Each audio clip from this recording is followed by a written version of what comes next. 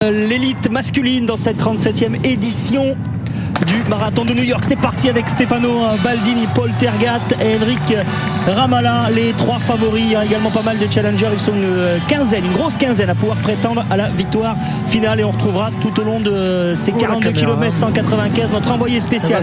Voilà, il a le dossard 201 hein, si vous l'avez. Et c'est parti avec Baldini qui est sur la droite de l'écran là, en maillot beige clair.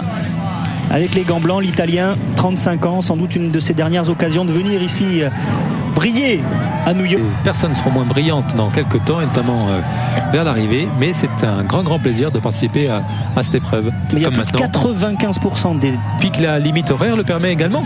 Il y a des marathons qui limitent le temps à 5 heures par exemple, et si vous arrivez après 5 heures, eh bien c'est terminé. Alors que là c'est pas le cas, ils acceptent des temps beaucoup plus importants, donc évidemment ça permet à plus de monde de terminer, même doucement, même en marchant, même en boitant, si on se fait une blessure. Alors voilà bien les deux départs dont on a parlé. Et il y a le troisième qui est en dessous, on est d'accord, des athlètes de haut niveau qui doublent les autres, parce que le départ, Joseph Kiruki, les deux Kenyans, et puis juste derrière, les favoris.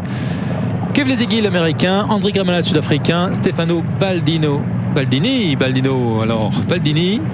l'italien. C'est le combat annoncé, les favoris sont bien sûr présents, et qu'est-ce qu'on ne voit pas, c'est Tergat. On l'annonce pas très en forme, mais je ne le crois pas, on l'aperçoit tout en jaune derrière. Il n'a pas pu prendre le marathon complètement en méforme, c'est pas impossible qu'il soit venu pour une grosse bourse, il a gagné l'année dernière, donc évidemment tous les meilleurs ont ce qu'on appelle une prime de départ, ils sont payés pour venir, mais bien sûr il y a également des primes à l'arrivée qui se cumulent. On va le voir assez rapidement. On sait qu'il n'est pas venu comme ça, on n'est pas recordman du monde, on n'a pas fait 2h04 sans avoir quelques capacités sur un marathon, on l'a vu, qui ne va pas très vite, puisque le record de l'épreuve est de 7,43, et que l'année dernière Tergat avait gagné en 2,9,30. Donc ce ne sont pas des créneaux extraordinaires, des chronos extraordinaires. On vous rappelle le record du monde 2,4,55 de Tergat à Berlin en 2003. L'année dernière, il gagne en 2,9,30, c'est-à-dire pratiquement à 5 minutes de son meilleure performance. Donc sur un marathon qui va pas très vite, c'est pas impossible qu'il puisse se débrouiller. Baldini d'ailleurs a annoncé qu'il souhaitait un départ pas trop rapide en 1h04. C'est vrai que, alors c'est un peu curieux de dire un départ pas trop rapide en 1h04, parce qu'aujourd'hui les marathons avec nos Kenyans devant partent souvent extrêmement vite en 1h03 ou moins d'1h03, et donc c'est extrêmement rapide. Et on va regarder attentivement les temps de passage pour savoir si l'allure du temps à l'arrivée. Voilà. Zone Mbote en 2h08 et 13 minutes devant deux autres Kenyans qui propre 2h95 et Maniam Philippe 2h09 et 35 secondes. C'est la coréenne Kim Ye-kyung qui s'est imposée chez les filles en 2h40 et 36 secondes. Et à Athènes, marathon classique du victoire du Kenyan Henri Tarus. Oui, c'est la vraie course originelle du marathon, entre marathon et Athènes. 2h17 45 secondes pour le Kenyan de 28 ans qui a devancé Paul Lomolopio de 18,07. Des Kenyans qui sont en tête pour le moment, avec les lièvres bien évidemment en tête du groupe chez les garçons.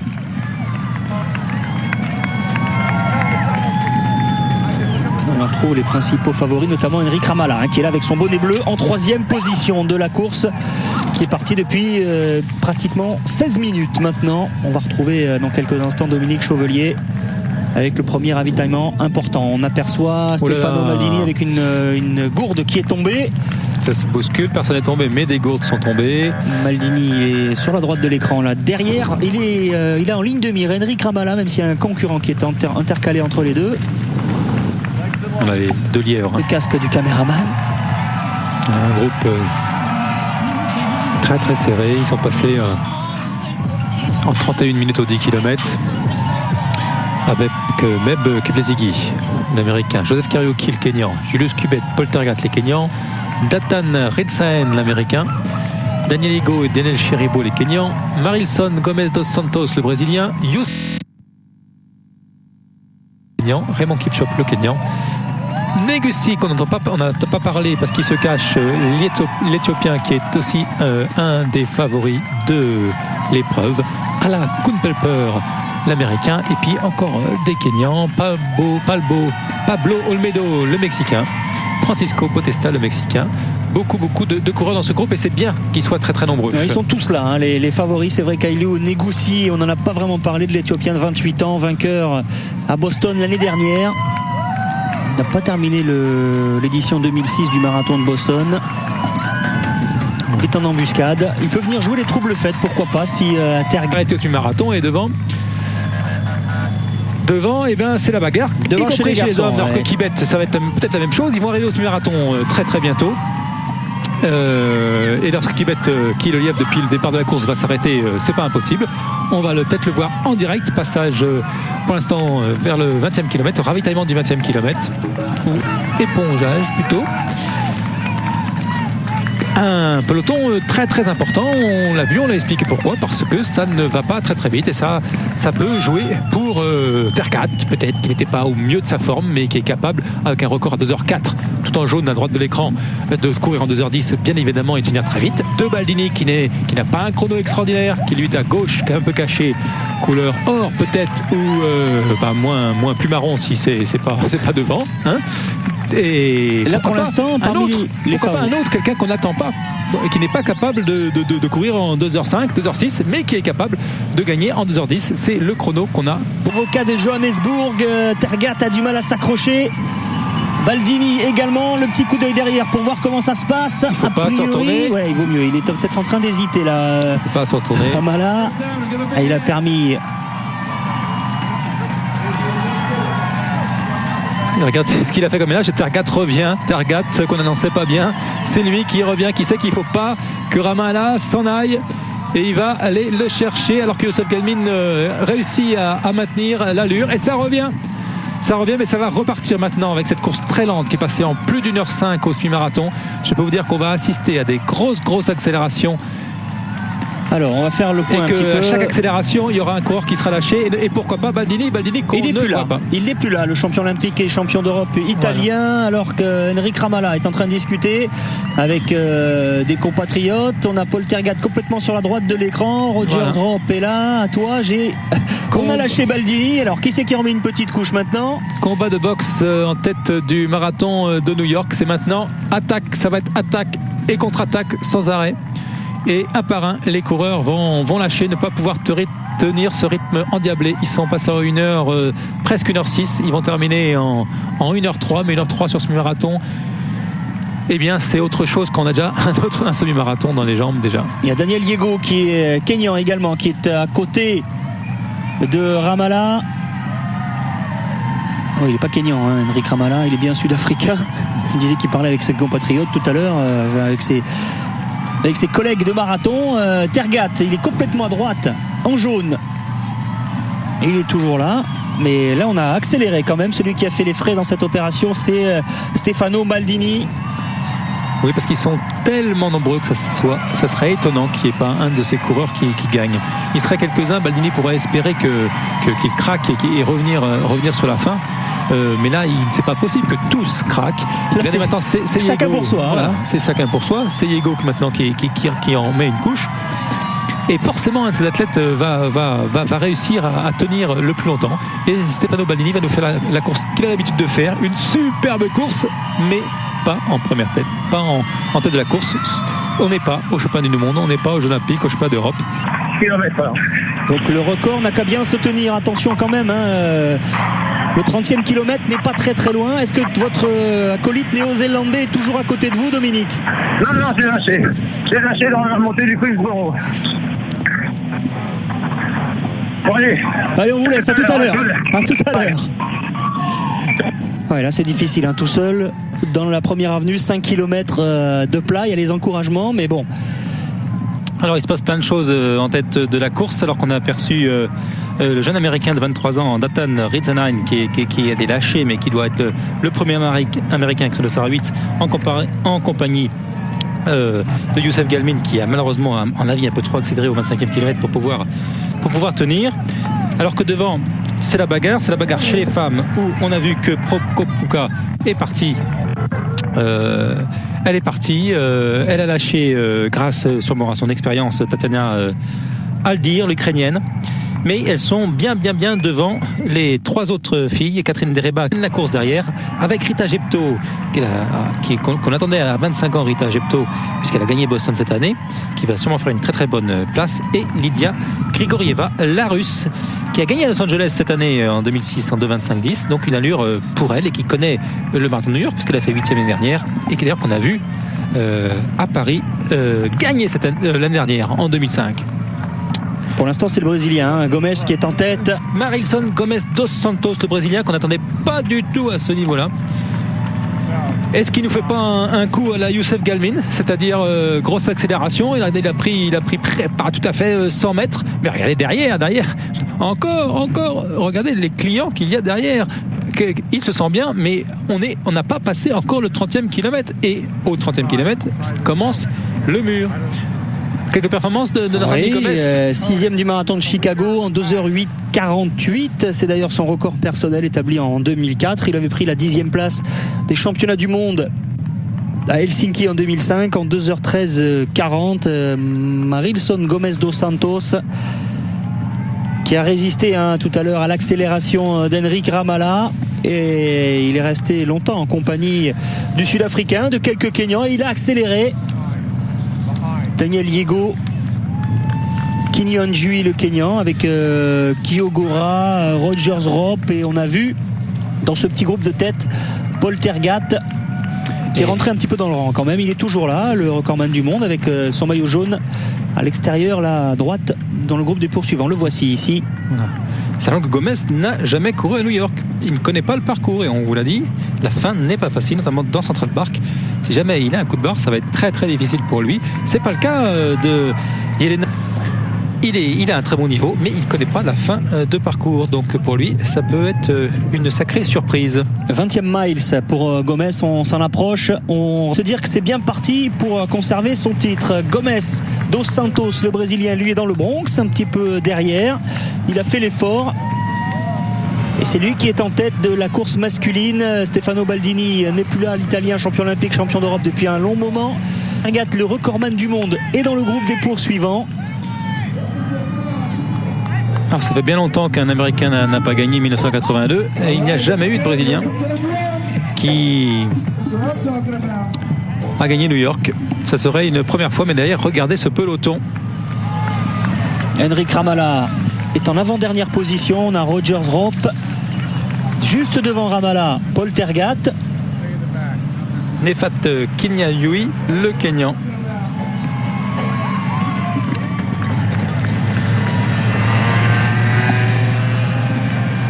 Si chez les filles, Elena Prokopka conserve son titre, ce sera une belle performance, parce que les doublés sont assez rares sur ce marathon de New York. Alors on a Teglalo Roupé qui s'était imposé en 94 et 95. C'est la dernière à avoir réalisé le doublé d'une année sur l'autre. Sinon, il faut remonter jusqu'à la Norvégienne Grete Weitz, qui allait gagner 5 fois de suite. Elle a gagné 9 fois en tout, oui. Et qui a remis justement, juste avant le départ, c'était hier, une récompense à Lance Armstrong, parce qu'elle est aussi engagée dans la lutte contre un cancer. Grete Weitz, elle s'en est sortie, et elle expliquait que Lance Armstrong avait été l'un des exemples pour l'aider. Expérience, et puis une course en négative split, c'est-à-dire un deuxième semi beaucoup plus vite que le premier. On a vu, elles sont passées en 1,14 au semi, et elle va faire probablement une 12, une 11.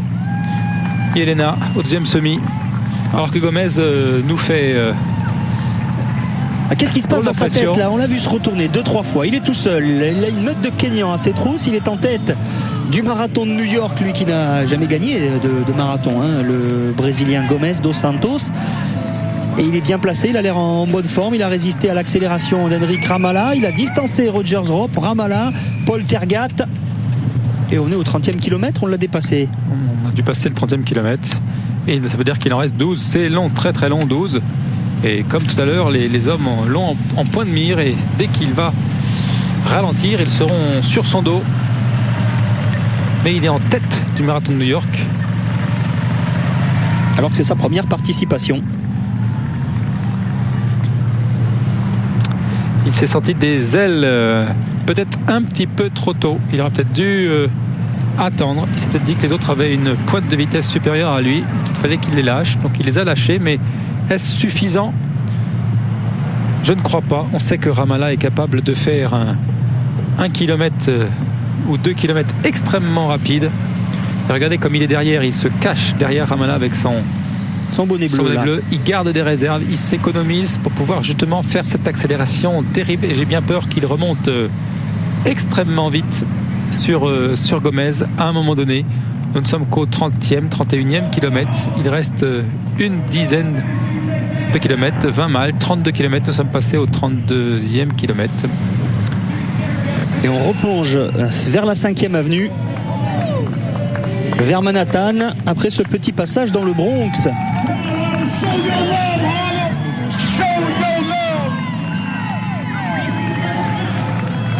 Le petit coup d'œil quand même pour savoir où en sont les poursuivants. Marilson Gomes dos Santos, le Brésilien en tête du marathon de New York. Jamais en 36 éditions un Brésilien couru. Et on l'a ici en point de mire. On est avec Paul Tergat ici. Et quelques dizaines de mètres devant lui, il a le Brésilien. Et on a Stephen Kiogora, le Kenyan, qui est toujours en 3e position pour le moment. Il double les filles des premières qui sont parties. Et il s'accroche quand même, il s'accroche le Brésilien. Marilson Gomes dos Santos. Paul Tergat fait l'effort. Alors que la surprise, c'est Stephen Kiogora. C'est la grosse surprise.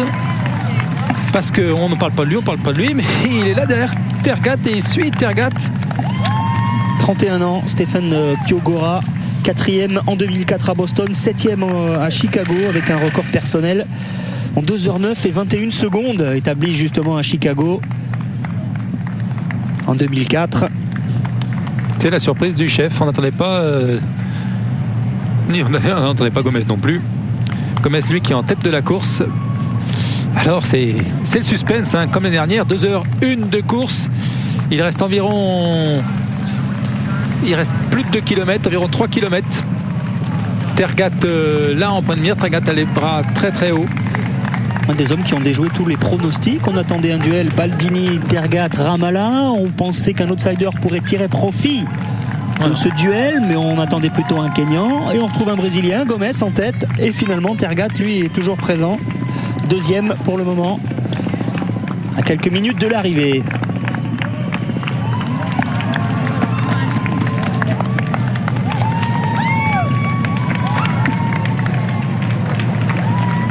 Gomes dos Santos, le Brésilien en tête de cette 37e édition du marathon de New York. Chez les garçons, on vous rappelle la victoire de Jelena Prokop-Kuka. Chez les filles, la Lettonne qui a réalisé le doublé.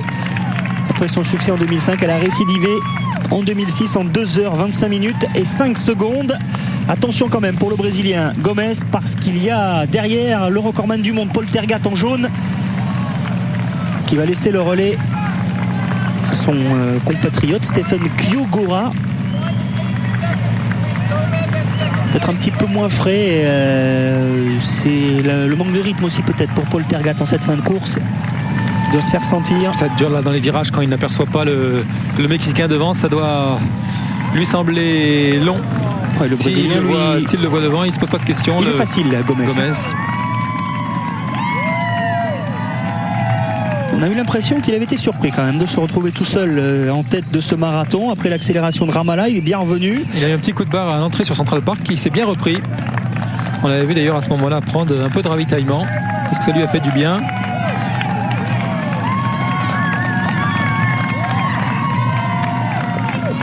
Et il approche sérieusement de l'arrivée, 2h03 de course, 2h03 minutes.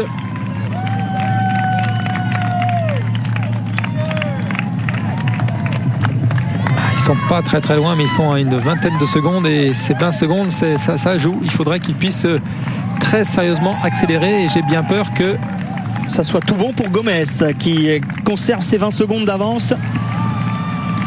Le Brésilien Gomez qui est bien parti pour être le premier.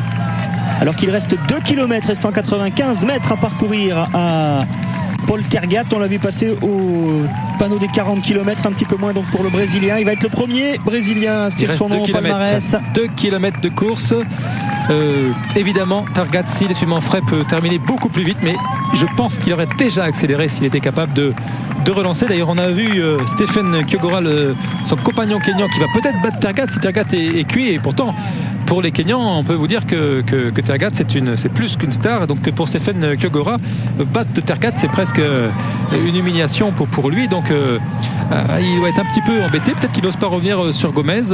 Est-ce qu'il va aider Tergat? Mais Tergat, je crois, aurait déjà accéléré. Alors on a vu terminer comme un fou l'année dernière, Tergat, très rapide, mais il était côte à côte avec Ramallah. C'était pour la victoire finale aussi, mais il y avait moins d'espace entre les deux. Alors que là, il a une cinquantaine de mètres derrière. Il paye peut-être son manque d'entraînement là, Paul Tergat. Il n'avait pas participé au marathon de Londres, forfait en avril. Il avait fait la dernière compétition, c'est le semi-marathon de Lisbonne au mois de mars. Il n'a pas participé au semi de New York fin août parce qu'il a préféré, on le comprend, assister à la naissance de son 4e enfant. Il était forfait à Newcastle. Pour le semi de Newcastle il y a un mois, il s'était jugé à court de forme, à une préparation insuffisante. Mais il a assuré qu'il était à 100% au moment de prendre le départ de ce marathon de New York. Alors que les Kenyans sont là, 2e, 3e, 4e, 5e avec Diego et Rob, mais pas en tête de la course. En tête de la course, c'est un Mexicain. Brésilien. Brésilien, excusez-moi, c'est le premier Brésilien qui gagne. Alors, je suis perturbé. Le Mexicain, il est avec Lance Armstrong. Les Mexicains ont gagné New York régulièrement, mais pas le Brésilien, jamais. Et Tergat derrière, regardez, mais la caméra écrase un peu, ils l'ont pourtant en point de mire. Hein. Alors il va y avoir il va sortir de Central Park comme tout à l'heure les femmes, il va sortir de Central Park et avoir une léger faux plat en montée. Il se dirige vers la sortie là, il va tourner à droite. On le voit tourner là-bas au fond, à droite, il sort de Central Park, le Brésilien Marilson Gomes dos Santos. Mais le rythme n'y est plus là chez Paul Tergat qui est en train de terminer tranquillement alors que Gomez dos Santos ne faiblit pas. 15 secondes de retard, environ 15 secondes de retard, c'est possible de revenir mais il faudrait qu'il termine. Il ne faut pas se retourner là, il ne faut pas se retourner maintenant. Il faut pas, c'est l'erreur à ne pas commettre. En plus ça doit lui faire, à moins qu'il soit très bien, dans ce cas là il va relancer, sinon ça lui fait mal parce qu'il les a vus derrière. Il les a vus et il se dit oh là là là là là. Et cette ligne droite là qui monte doucement en léger faux plat, elle peut être difficile, mais on ne sent pas Tergat derrière extrêmement puissant. On ne le sent pas sprinter. Il reste à côté et peut-être qu'il va se contenter de sa 2e place. C'est pas impossible qu'il doutait lui-même de son état de forme et finalement il est très très heureux de se retrouver là 2e, contrairement à ce que vous disiez Eric tout à l'heure, Baldini qui devait gagner, Ramallah qui devait gagner, Kipzigi, tous les favoris qui sont loin derrière. On disait Tergat hors de forme, finalement faire 2e au marathon de New York ou 3e, attention. Pour un coureur hors de forme, c'est pas mal. Sachant qu'on part toujours du chrono qui est pas terrible. Hein. Le Brésilien va gagner en environ 2h10. Alors c'est pas tellement étonnant, il a un record en 2h09, donc pour lui c'est une performance. Il va pas battre son record aujourd'hui, c'est ça qui est surprenant. Il va pas battre son record, mais il va gagner le marathon de New York. Alors on va peut-être apporter une petite précision. Paul Tergat, a priori, était effectivement à court de forme, puisqu'il va courir en plus de 2h10. Lui qui a un record du monde en 2h04 et 55 secondes. Mais Baldini et Ramallah étaient moins en forme que lui encore. Tout à fait, voilà. Tout à fait. Et alors ce froid, de jouer un petit peu, on en a parlé de ce froid qui ralentit un peu les organismes, qui fait dépenser de l'énergie pour se réchauffer et pas pour mettre dans l'effort de la course. Eh bien certains le supportent moins bien. Alors que c'est vrai qu'en tête de la course, on a plutôt des hommes des pays chauds, le Brésil ou le Kenya. Eh bien, ils ont mieux supporté, alors qu'ils sont habillés, pour les Kenyans en tout cas, assez légèrement. Moins avec le Brésilien qui a des manches longues. Alors là, il va re-rentrer dans Central Park. Alors là, il va lui rester 500 mètres. Et là, je peux vous dire qu'il ne sera pas rattrapé maintenant. On est trop près de l'arrivée. Voilà, il va tourner une première fois à gauche, à droite pour lui. Une deuxième fois. Et là, il ne laissera pas Paul Tergat. Et là, il sait qu'il. Pas tout à fait sûr de lui encore, mais il a donné ce petit coup d'œil là pour savoir si c'était bon. A priori, ça sera bon pour Gomez. Tout à l'heure, on l'a précisé, Jelena Kuka a remporté son 2e marathon de New York d'affilée. Le Brésilien, lui, va inscrire son nom pour la première fois au palmarès. Première victoire également pour un Brésilien dans cette prestigieuse épreuve, le marathon de New York. C'est incroyable que les deux Kenyans restent ensemble. C'est pas possible. Regardez, il n'a pas osé. Stephen Kiogora, depuis 5 km, n'ose pas passer Tergat. Il aurait pu peut-être rattraper le Brésilien. Il n'a pas osé. C'est quand même incroyable. Tergat a une telle image auprès des Kenyans et tellement une icône. Et ben, on le respecte. Il ne veut pas le passer. Il reste 400 mètres de course. Il se retient encore. Il n'ose pas sprinter. Alors maintenant, c'est beaucoup trop tard pour rattraper Gomez. Mais il n'ose pas battre Tergat. C'est incroyable. Alors que c'était son jour, c'était le jour pour lui, c'était. Il va le battre parce qu'il doit s'y résoudre finalement. Paul Tergat n'était pas très bien en fin de course. Il se sent bien, il se dit si Tergat, moi je veux faire deuxième, mais c'est beaucoup trop tard pour revenir. C'est bien pour faire deuxième, mais pas pour faire premier. Regardez tout de suite, dès qu'il s'est mis dans la tête de battre, qu'il pouvait battre Tergat, eh bien il l'a lâché tout de suite, immédiatement. 37 ans, Paul Tergat, 25 ans seulement pour le Kenyan. Dans les dernières côtes, le Brésilien ne sera pas de 100 mètres de l'arrivée. Et de 9,41 pour l'instant. Il va faire 2h10. Poltergat avait gagné un 2,9,30 l'année dernière. Il se retourne encore. Il n'y croit pas. D'avoir gagné, c'est pas lui. Il s'y attendait peut-être pas à lui-même. Très très très belle performance. 2,9,58. 2,9,58, donc victoire du Brésilien Marison Gomes dos Santos, premier Brésilien à inscrire son nom au palmarès. La deuxième place pour le Kenyan Stephen Kiogora et la troisième pour Paul Tergat, vainqueur en 2005, recordman du monde, qu'on annonçait à court de forme, qui termine pas très loin finalement du Brésilien.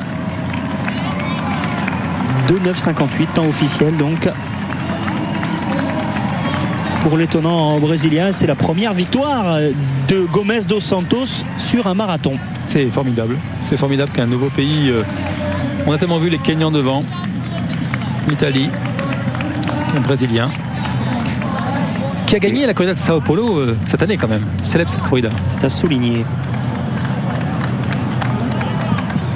Alors, un petit peu mot de pub quand même, parce que la corrida de Sao Paulo, on a une petite corrida à ici les Moulineaux, le 7 décembre, que j'ai le plaisir d'aider à organiser et qui réunira 10 000 coureurs dans les rues d'ici le 17 décembre. Et lui, il a gagné la corrida de Sao Paulo cette année. Et bien, il a gagné aussi le marathon de New York. Alors, il doit être fatigué parce qu'il n'a pas l'air si joyeux que ça, notre ami Gomes dos Santos. Coup de massue sur la tête pour lui. Coup de massue sur la tête. Gagné New York. Si, quand même, un petit salut au public. Et on aperçoit Stefano Baldini qui arrive et il n'est pas très très loin de l'arrivée non plus. C'est Dominique Chevelier. On va lui faire un petit coucou avant de se quitter, Dominique. La fin de course un peu plus difficile. Mais naturellement pour moi c'est difficile quand vous savez que les premiers arrivent. Et moi il me reste encore 30 balles, 5 km. Mais ça va le faire et merci pour tous. Et si je peux avoir donné envie à tous les téléspectateurs, et ben, je serai content. Alors tous rendez-vous à New York l'année prochaine. Tous rendez-vous avec vous, Dominique. On va vous remercier chaleureusement. On donnera bien évidemment votre chrono. Superbe performance. On espère que vous allez descendre sous les 2,32. C'était votre objectif. Merci d'avoir été avec nous. Merci. Allez, Dominique, bientôt. à très bientôt. Et pour connaître le temps de Dominique Chevelier, il faudra être avec nous ce soir dans Score Express, parce que là, il lui reste 5-6 km à faire. Il a dit à peu près. Est-ce qu'il est dans les temps? Tout à fait, il est dans les temps. Il n'a pas craqué. Il a une très très grosse expérience. Eh bien, on vous donnera le temps de Dominique Chevelier, qui était notre envoyé spécial au cœur de cette 37e édition du marathon de New York ce soir dans Score Express. C'est probablement Philippe Raymond qui va terminer premier français le